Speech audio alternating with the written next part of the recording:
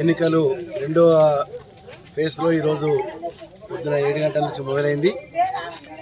ఇవాళ 1 గంట వరకు ఓట్ల ప్రజలందరూ కూడా గ్రామ ప్రజలందరూ కూడా ఓటేసి 2 గంటల నుంచి కౌంటింగ్ ఉంటుంది.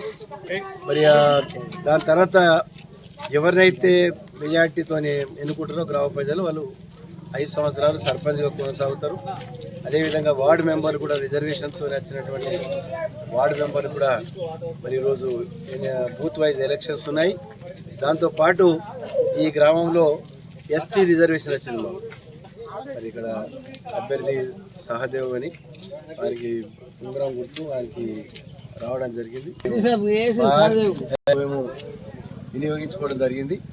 ఏదేమైనా గ్రామ వ్యవస్థ మహాత్మా గాంధీ కన్నటువంటి కళలు సాకారం కావాలి, గ్రామ స్వరాజ్యం రావాలని వారు కోరుకున్నారు. గ్రామాలలో అన్ని వసతులు, రహదారి, డ్రింకింగ్ వాటరు, మరి పరిశుభ్రత, దాంతోపాటు విద్యుత్ శక్తి, మరి పంటల యొక్క విధానం కానీ ఇవన్నీ కూడా సక్రమంగా ఉంటే గ్రామాలు బలపడితేనే పట్టణాలు బలపడితే దేశం బలపడుతుంది. ఆ విధంగా మహాత్మా గాంధీ కోరుకున్నటువంటి కళలు సాకారం జరుగుతుంది.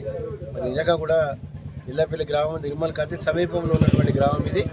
మా ప్రజలందరూ కూడా మొదటి నుంచి కూడా బాగా కష్టపడి నిర్మల్లో ఎన్నో రకాలుగా వాళ్ళు చిన్న చిన్న వ్యాపారాలు చేసుకొని జీవనోపాధి కొనసాగిస్తున్నారు.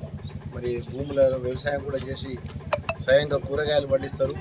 ఆ విధంగా జీవనోపాధి కొనసాగుతుంది. ఇల్లపల్లి గ్రామంలో ఓటేసే మరి మాకు అవకాశం దొరికింది. నేను అందరికీ కూడా ఓటర్ మహాశైలకు మరి ఇక్కడ ఉన్నటువంటి సర్పంచ్ అభ్యర్థికి అందరికీ కూడా నేను హృదయపూర్వకంగా